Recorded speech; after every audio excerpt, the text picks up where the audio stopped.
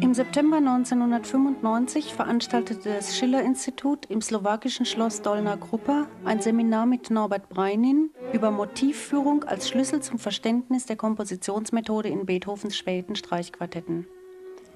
Dr. Josef Mikloško, ehemaliger stellvertretender Ministerpräsident der Tschechoslowakei und heute Vorsitzender der slowakischen Stiftung Friedrich Schiller, begrüßte die Teilnehmer. Ich möchte hier alle unsere Gäste herzlich willkommen.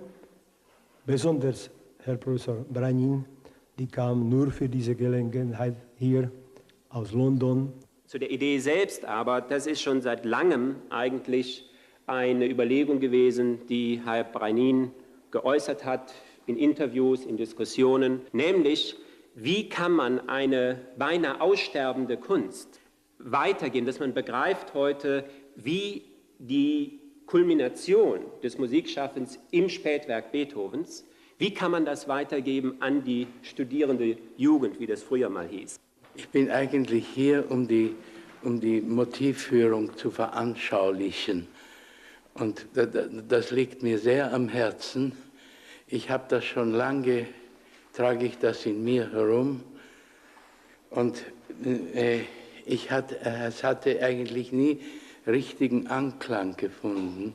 Und die einzige Person, die das sofort verstanden hat, war Lyndon LaRouche. Und das ist unsere Verbindung. Die heutigen Forscher, die Mozart- und Haydn-Forscher, die verstehen das überhaupt nicht. Sie bemerken es, also sie wissen, dass es existiert und haben das auch geschrieben, aber weiter beschäftigen sie sich damit überhaupt nicht. Das Schloss Dolná Krupa ist ein idealer Ort für ein solches Projekt. Das Schloss war ehemals im Besitz der Familie von Brunswick und es gibt Hinweise dafür, dass sich Beethoven tatsächlich hier aufgehalten hat, wie die Forscherin Dr. Luba Balova erklärt. Gerade zu diesen Beziehungen ist dieses Schloss so ein Genius loci, wo kann man vielleicht auch die Beethoven'sche Musik auch an anderen Weise zu hören.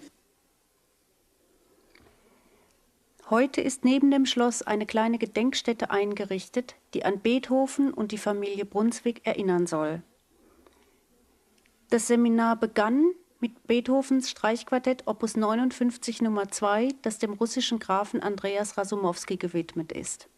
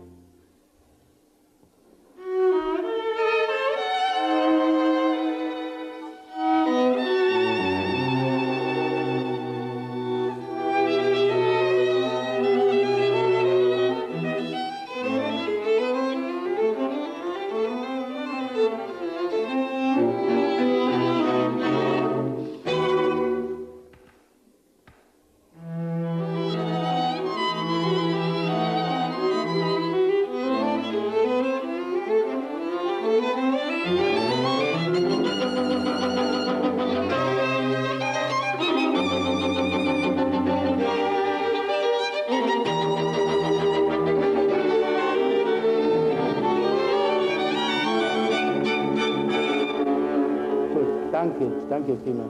Danke. Bitte. Ich möchte sagen, dass wie das Stück anfängt, ja, mit diesen zwei Akkorden. Das ist das Hauptmotiv der ganzen Komposition, ja. Und alles andere, was nachher nachkommt, das ist eine Variante von Tom. Bitte spielen Sie das noch einmal. Ja.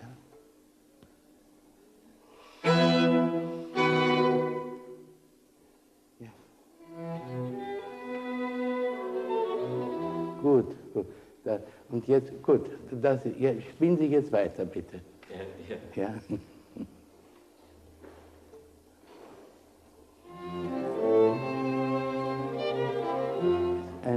das ist etwas, was Beethoven sehr oft macht, ein Halbton rauf oder runter für die Modulation. Das kommt ihm dann sehr zugute später in der Komposition. Und jetzt kommt man wieder zurück durch diesen Akkord, diesen verminderten Akkord, und dann ist man wieder in der Haupttonart. Spielen Sie jetzt weiter.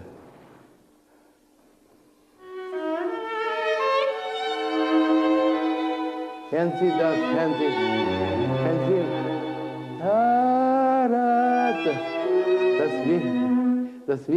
Dieses Tira wird zu einem ganz besonderen Motiv. Aus den Varianten heraus kommen neue Motive zustande, die in der Komposition verwendet werden. Und dieses Tira, das ist sehr wichtig, das kommt oft vor. Bitte spielen Sie noch einmal Tira, und dann bitte.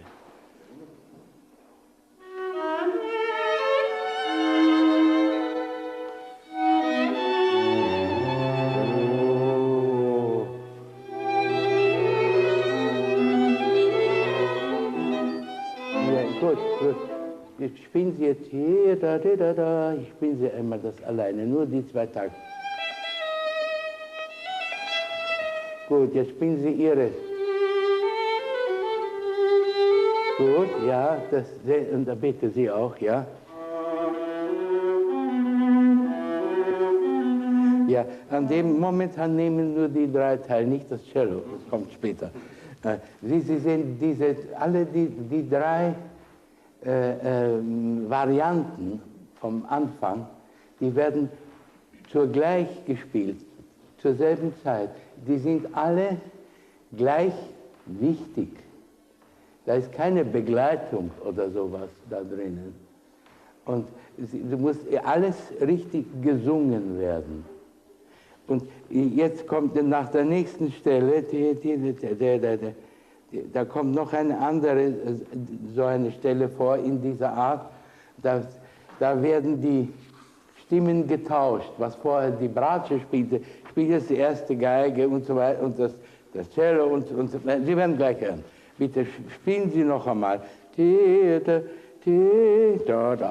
Noch einmal von da, bitte.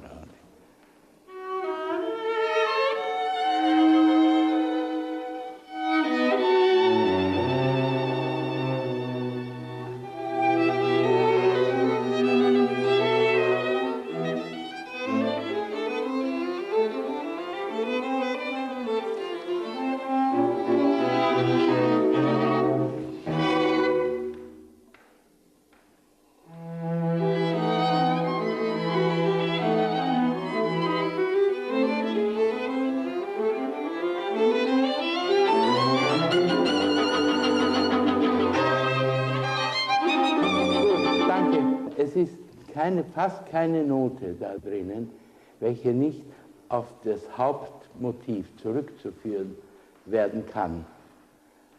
Das ist das Wichtige der ganzen Motivführung und ist ein wichtiger Schritt in der Entwicklung der Kompositionskunst schlechthin. Es ist sogar eine Wasserscheide, würde ich sogar sagen. Es ist von der allergrößten Wichtigkeit. Das gibt der ganzen Komposition eine gewisse Einheit. Und welche nicht sofort merkbar ist, wenn man zuhört. Da hört man nur die Musik, aber man fühlt, dass das alles organisch ist. Haydn zum Beispiel, bevor er das Opus 33 schuf, sein letztes Quartett Opus war Opus 20, 9 Jahre vorher. Und er wusste da nicht, wie die Sache weitergehen soll. Und dann ist er da drauf gekommen. Und er hat das mit Motivführung benannt und eine neue Methode überhaupt zu komponieren. Der nächste Komponist, der diese Methode anwandte, war Mozart. Er hat diese Quartett, er hat wohl die Opus 33er Quartette hat er in Wien kennengelernt. Ich weiß nicht, ob Haydn darüber gesprochen hat dabei, aber Tatsache ist, dass Mozart hat das sofort verstanden. Beethoven hat diese Methode übernommen und er sagte, ich weiß nicht, es muss irgendwo eine Aussage geben in einem Brief oder wo. Bevor ich diese Methode kannte, konnte ich mich nicht als richtigen, vollwertigen Komponisten betrachten. Das ist eine Revolution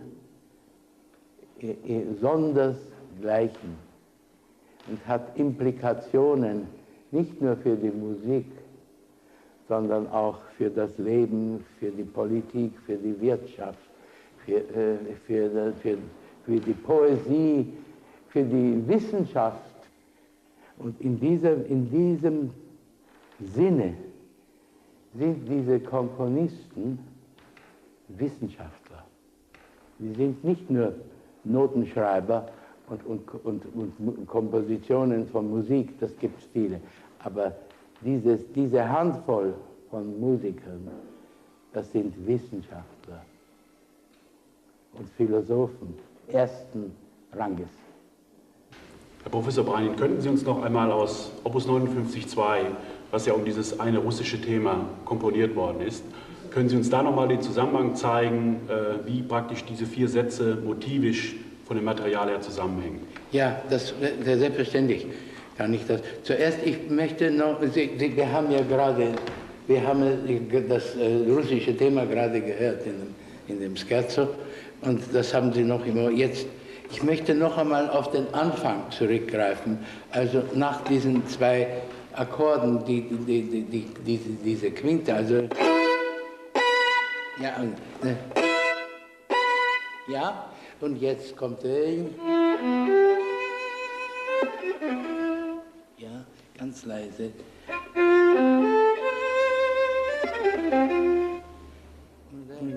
Und so weiter. Das ist das Wichtige. Jetzt das Thema geht da so.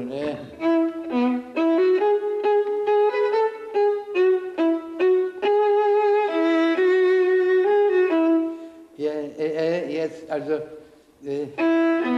es ist nicht.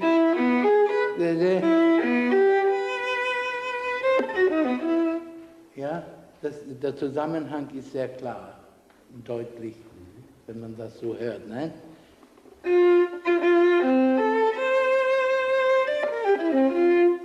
Yeah.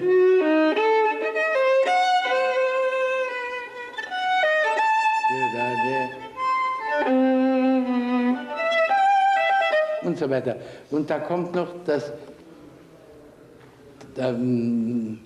sehr wichtige Element noch dazu vom Anfang, diese Quinte. Ja, das ist wichtig. Und dann kommen. Aber es ist mit Sicherheit zu erwarten, dass Beethoven dieses russische Thema zuerst hörte und sich davon inspirieren ließ, diese Elemente, diese Themen und Motive und am Anfang gleich zu bringen. Das tut er immer so. Am nächsten Tag stand Beethovens spätes Quartett Opus 127 in S-Dur auf dem Programm. Opus 127, 130, 132 and 133, who have very similar motives. But I must add that Opus 127 is somewhat different, as some of the motifs create other motifs. And this again, and this is something which is unlike, I would say, unlike 130, 132, or 133.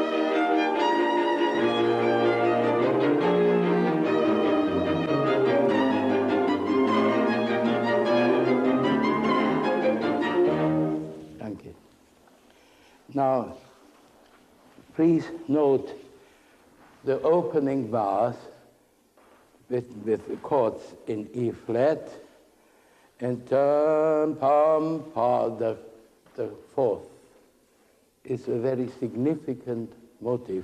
Dum, pam, also pam, pa is very significant. Tam, pa, also tenta is also very significant. And then comes down ti, pa, ti. This is very important. Now, will you play this passage, please, for me? This, this, play this for me, please.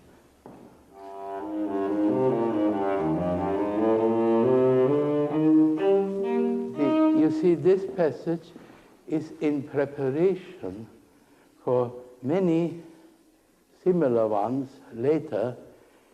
In fact, they introduce certain scales.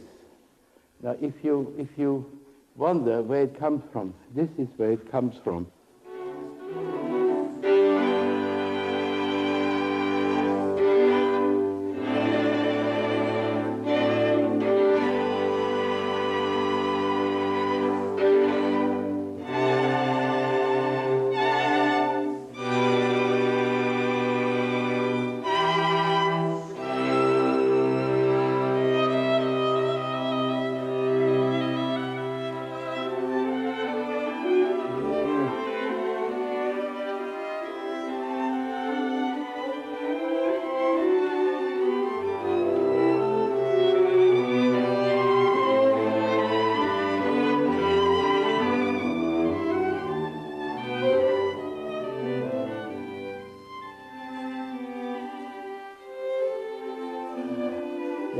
Yes, please, I want you to note that it is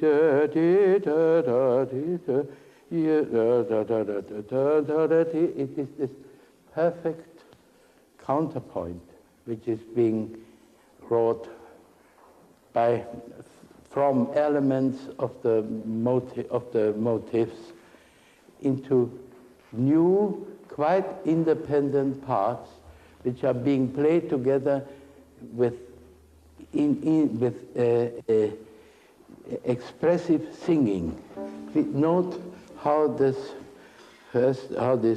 main theme of the second movement, as introduced by the first violin after two bars, is taken from these passages, from these long scale passages, but in a very slow tempo and in a different rhythm. We will see. Thank you. Okay, go ahead.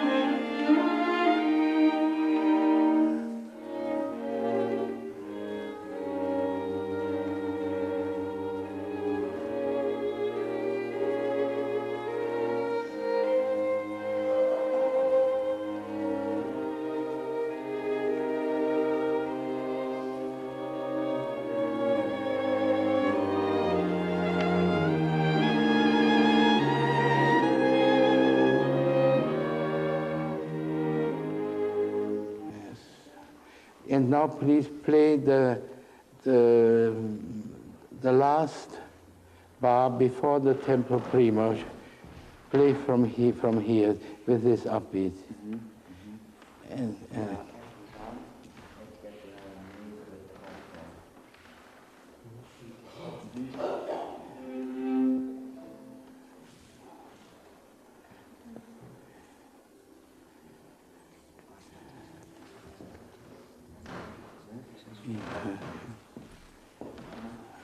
have you got it? Yeah. Yes.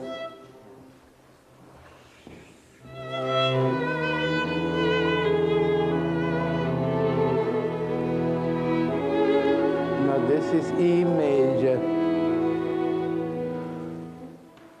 No.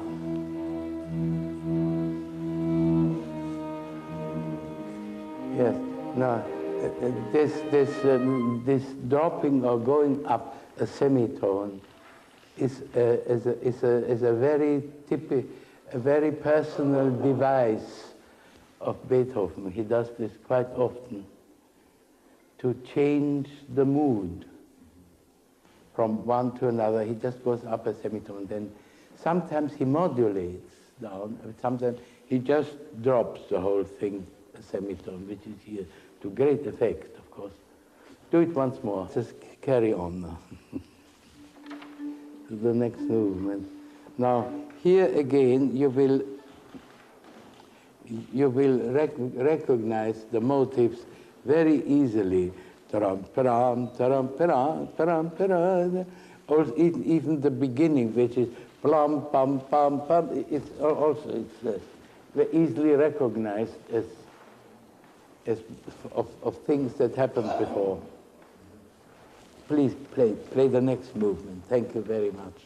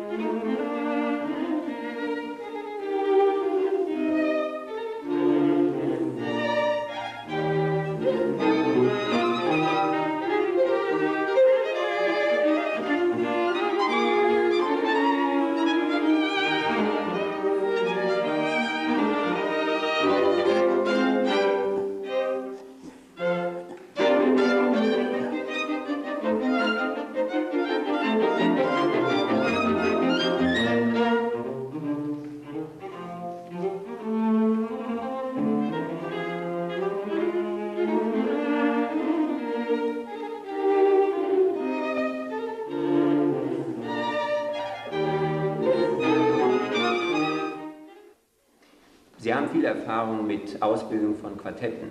Ja. Wir hatten gehört auch das Auer Quartett. Ja. Wenn Sie jetzt in die Zukunft schauen, wo sehen Sie die größte Schwierigkeit für die nachwachsende Generation? Was ist das Hauptproblem, was die jungen Quartettspieler lernen müssen? Erstens einmal den Stil zu beherrschen. Die Auswirkung ist irgendwie in der Bogenführung, in der Tongebung und so weiter, ist zu suchen. Wenn man das beherrscht, hat man erstens einmal das technische Material dafür. Dieses technische Material, es kommt, aber eigentlich kommt das alles von Beethoven. Diese sogenannte Wiener Schule geht genau Beethoven zurück und in diesen Werken, besonders in den Quartetten, kommt das zur Anwendung. Und die Technik, die Wiener Schule ist mehr oder weniger genau das, was Beethoven erwartet, dass man kann, um seine Werke zu spielen. Mehr oder weniger. Und man kann nicht besser tun, als seine Werke zu spielen, und dann lernt man das dabei. Bravo.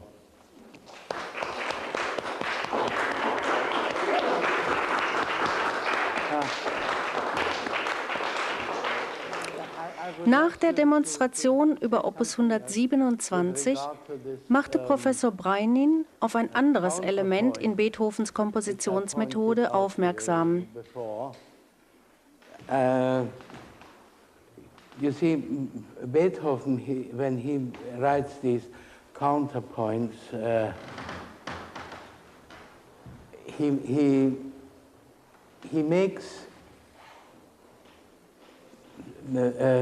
makes lines, singing lines out of the same material, which are completely different from one another, and each one has a so-called life of its own, a kind of Eigenleben. And sometimes, of course, he leaves it like this, but I show you something. Have you got the music of 95 here by any chance? 95. No, it doesn't matter. I'll show you something. I want to... where is it? Yeah.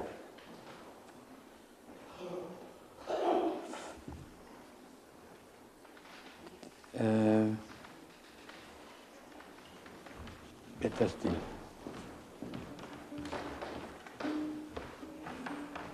Please, can you play this?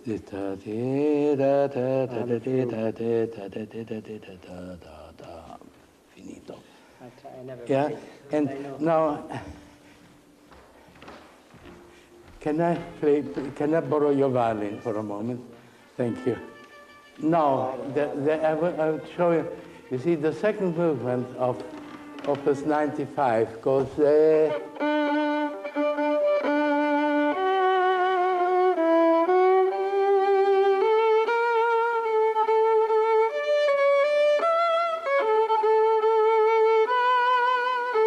Now, Beethoven has this together with the following. I play it to you. Play.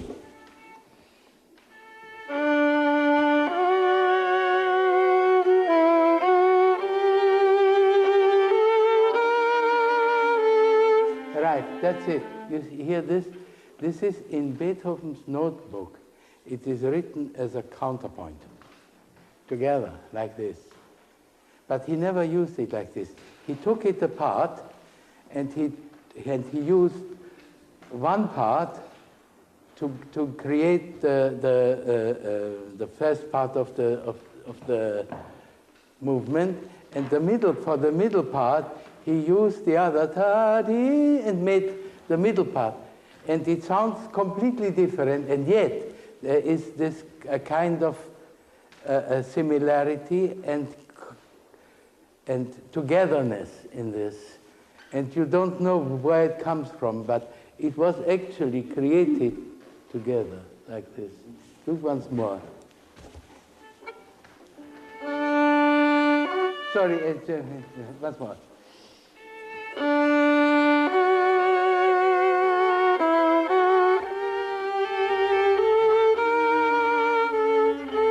And so forth and so forth. Höhepunkt des dreitägigen Seminars war eine Arbeitssitzung, bei der Norbert Brainin selbst die verbindenden Merkmale der späten Quartette Opus 132 und 130 sowie der großen Fuge Opus 133 demonstrierte. Er markierte dabei die Stimmen aller beteiligten Instrumente. Diese Kompositionen, die sind alle sozusagen aus denselben Bausteinen gebaut. So wie ein Haus. Wenn die Bausteine verschieden sind, dann ist das Haus nicht ausgewogen und nicht, wie soll man sagen, unlogisch gebaut. Und das ist genau dasselbe. Da ist eine gewisse Logik in der Konstruktion dieser Stücke, und ich möchte Ihnen das anschaulich machen. Also ich würde gerne mit 132 anfangen. Und zwar, ich zeige Ihnen die die Hauptmotive, die da verwendet werden. Es fängt an mit dem Cello, und zwar fängt es an, eine Oktave tiefer natürlich, als ich spiele.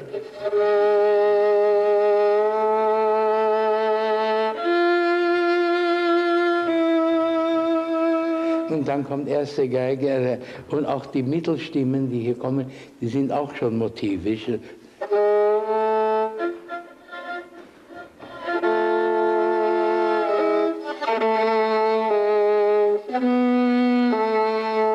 Das ist alles schon vorbereitet. Ich würde sogar sagen, fast alle Motive sind schon in den ersten 16 Takten sind die schon drinnen. Und dann kommt die erste Geige rein.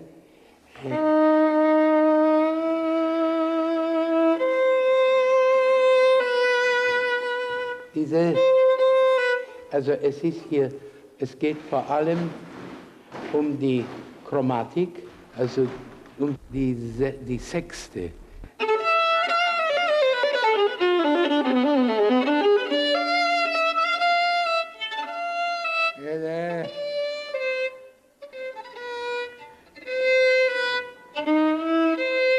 Ja, und dann das kommt erst später, da wird eine Tonleiter draus.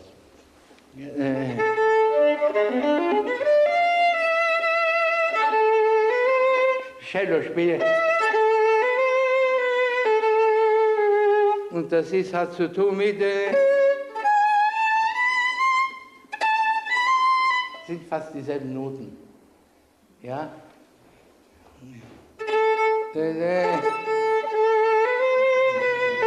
Inzwischen spielt die Geige da, da, da, da, da, da.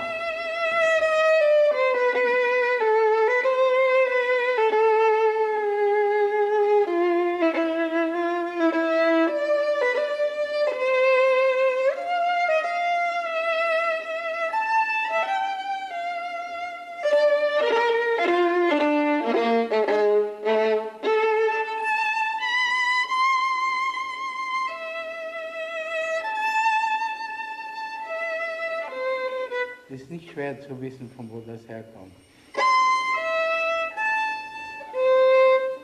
Zweimal die Sechste. Übrigens, in diesem Zusammenhang, immer, das habe ich schon gestern wo gesagt, ist die Sechste, wird in der Umkehrung, wird sie zur Terz. Und das verwendet Beethoven sehr oft, das ist schon eingerechnet bei ihm. Jetzt, der nächste Satz ist der berühmte heilige Dankgesang eines Genesenen an die Gottheit in der lydischen Tonart. Das ist in zwei Teilen, also dieser Choral, in der lydischen Tonart und dann neue Kraft fühlen, das ist in D-Dur. Ein ganz klares D-Dur. Also es beginnt so.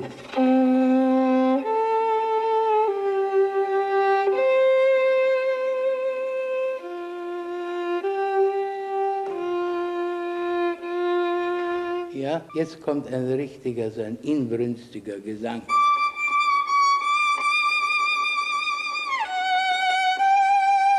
Da steht geschrieben, cantabile espressivo, aber nur in der ersten Geige.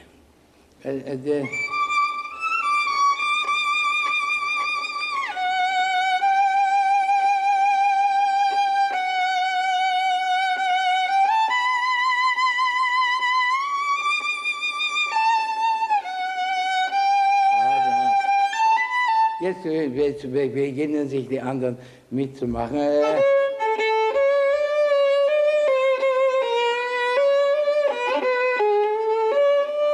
Und so weiter und so weiter.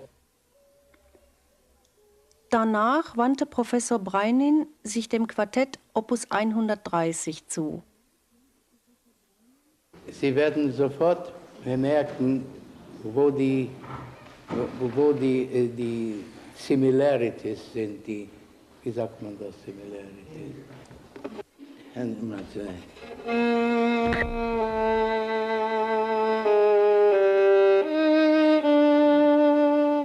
Ja, also die Chromatik ist da und die Sechste. Und das ist sehr, sehr wichtig, das nochmal.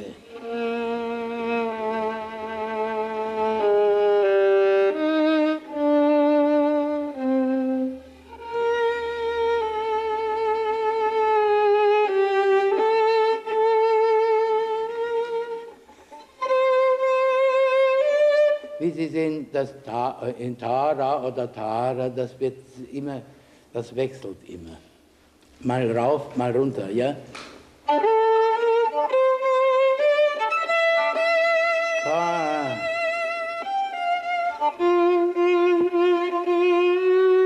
Das Cello, was ich jetzt spiele.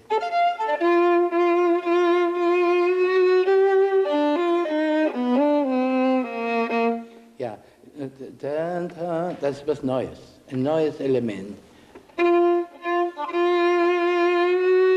Es ist eigentlich gar nichts Neues ist, weil es ist noch immer Chromatik. Und dann geht diese Tonleiter.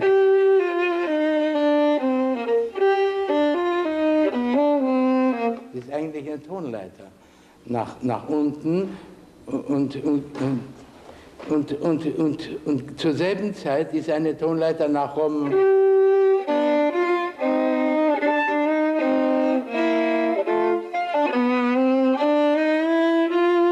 Und dann diese.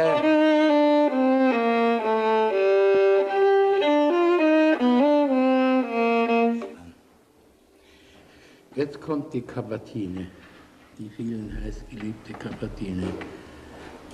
Und da findet man gleich am Anfang, findet man beide die Elemente der Quarte und der Sechste.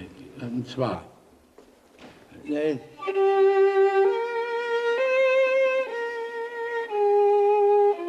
und so. Und gleich da, di, di, da. Das ist es. Und ich spiele ein bisschen davon.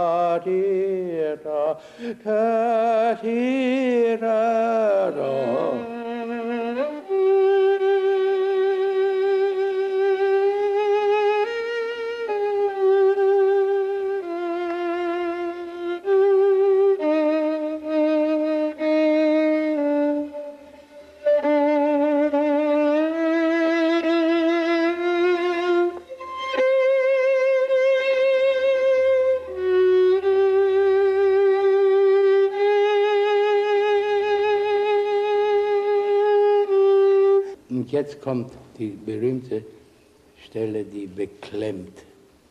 Da steht beklemmt.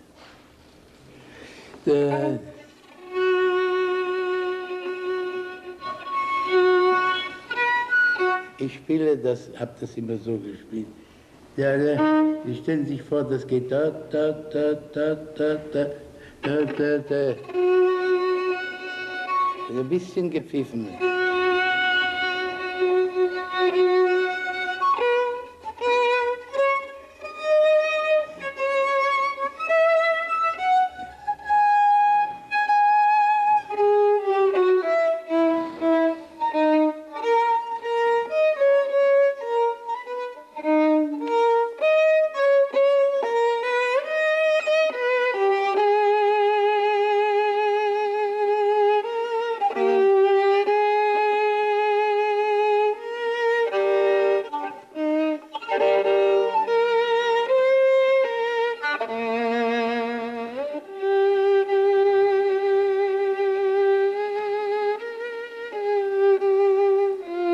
Ja, also die meisten, die das spielen, die spielen es sehr einfach. Das ist doch nicht beklemmt. Das ist viel zu schön. Ne? Das klingt fast wie ein Liebeslied. Aber das ist eine...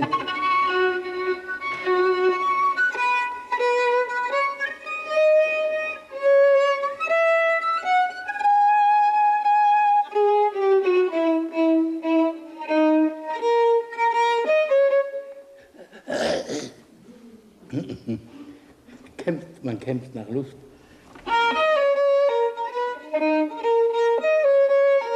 Ursprünglich war die große Fuge das Finale dieses Werkes. Das hat Beethoven nachher abgesondert und hat es in ein separates Opus ein separates Opus daraus gemacht, weil er sich gedacht hat, dass es nicht dazu passt. Und das stimmt auch, weil die Tongebung, die in der großen Fuge verlangt wird, spricht nirgends überein mit dem, was hier drin ist. Das ist so delikat durchsichtig. Opus 133, Beethovens große Fuge, auch in B-Dur natürlich, aber sie fängt an auf einem G und moduliert dann hinüber zu B-Dur. Also, das geht so, es fängt an unisono, also.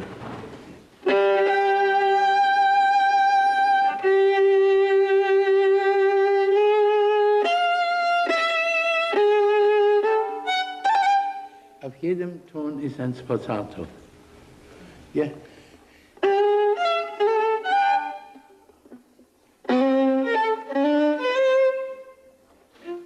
Jetzt sind wir in B-Dur.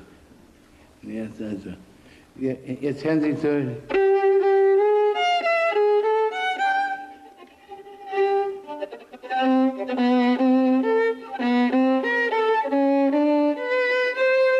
Sehen Sie das? Die Elemente hier sind vor allem der Halbton, also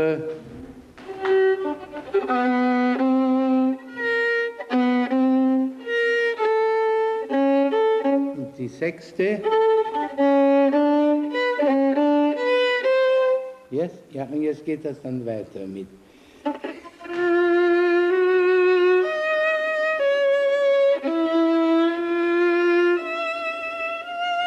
Schon harmonisiert hier.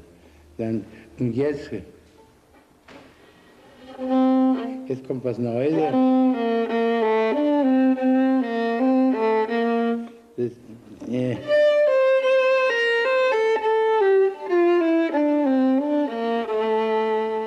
ja, das ist alles Vorbereitung bis hierher.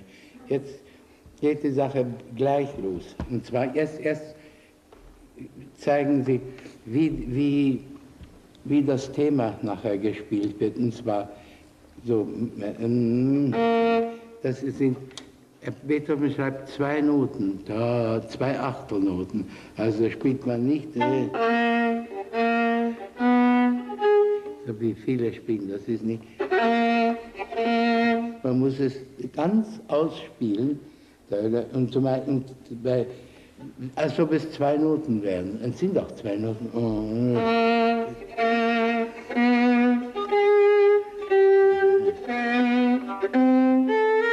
Und hier sind wirklich 2 Noten. Ja, also noch, ich mache noch mal.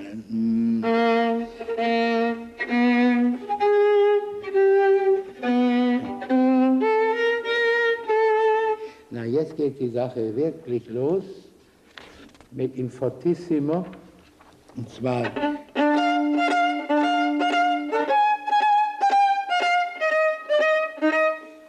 das ist eigentlich ein neues Element, aber es hat Obertöne von 130 drinnen, ganz offensichtlich, aber es ist was ganz eine neue Kreation, dieses Gegenthema zu...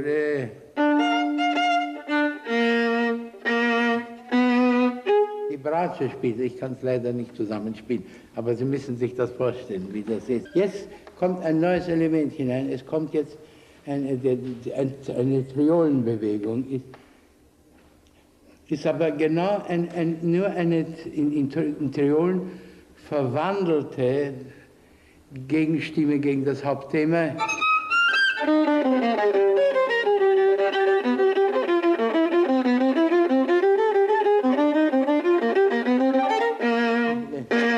Und dann hat man jetzt die Triolenbewegung und das Tadam, Tadam, Tadam und alle drei Elemente hat man jetzt zur gleichen Zeit hier. Ja?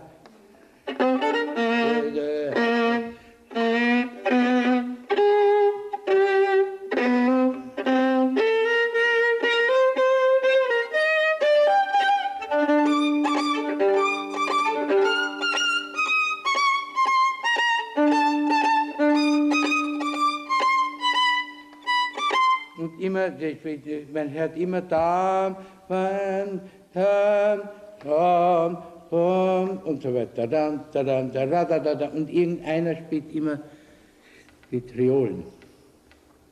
Jetzt kommt ein Mosso e Moderato, das ist alles pianissimo, durchwegs. Das war alles fortissimo und da kommt jetzt hinein, was wir am Anfang her... Aber so...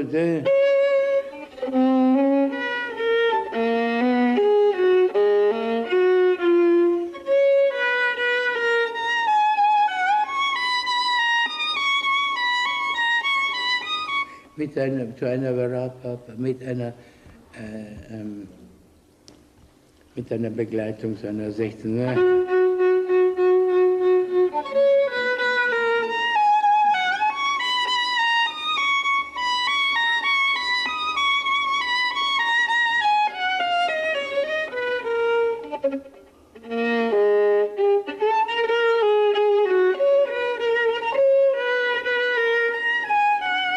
Jetzt zwei.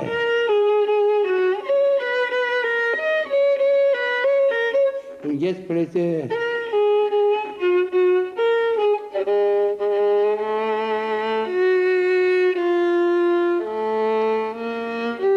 Und das passt da dazu. Er fängt an nur mit dieser neuen Sache und plötzlich merkt man, das ist ein Kontrapunkt für das Hauptthema. Ist dann, wenn man vorhin die große Fuge gehört hat, Bach natürlich noch irgendwie weit das Vorbild, aber dennoch gibt es ja doch da eine neue Freiheit, die der Beethoven reingebracht hat. Die Freiheit ist im Ausdruck. Ja, also es handelt sich um andere Sachen als bei Bach. Bei Bach ist es der pure Geist, bei Beethoven ist es eine Interpretation irgendeiner Sache, Beethoven hat auch gesagt, es genügt nicht, Fugen zu schreiben. Was heißt das? Das heißt, er wollte nicht Fugen schreiben in der Art von Bach. Er hat von ihm gelernt, wie man Fugen schreibt. Aber die Fugen, die er schrieb, die waren immer gezielt in eine gewisse Richtung hin. Musiker, Hochschullehrer und Studenten nahmen an den Sitzungen teil und auch an den abendlichen Kammerkonzerten, bei denen die erarbeiteten Werke noch einmal in ihrer Gesamtheit vorgetragen wurden.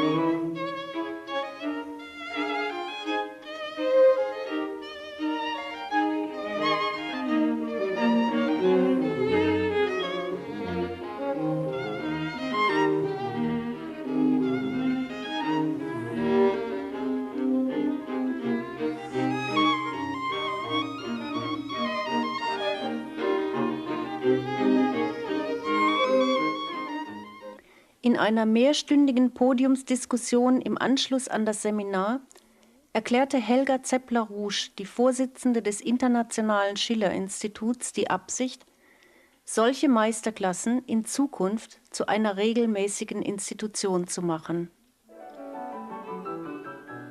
Zum Abschluss gab Norbert Brainin ein Konzert mit dem Pianisten Günter Ludwig. Im an diesem Abend überfüllten historischen Spiegelsaal des Primatialpalais in Bratislava, in dem schon Haydn konzertierte, spielten die beiden Sonaten von Mozart, Brahms und Beethoven.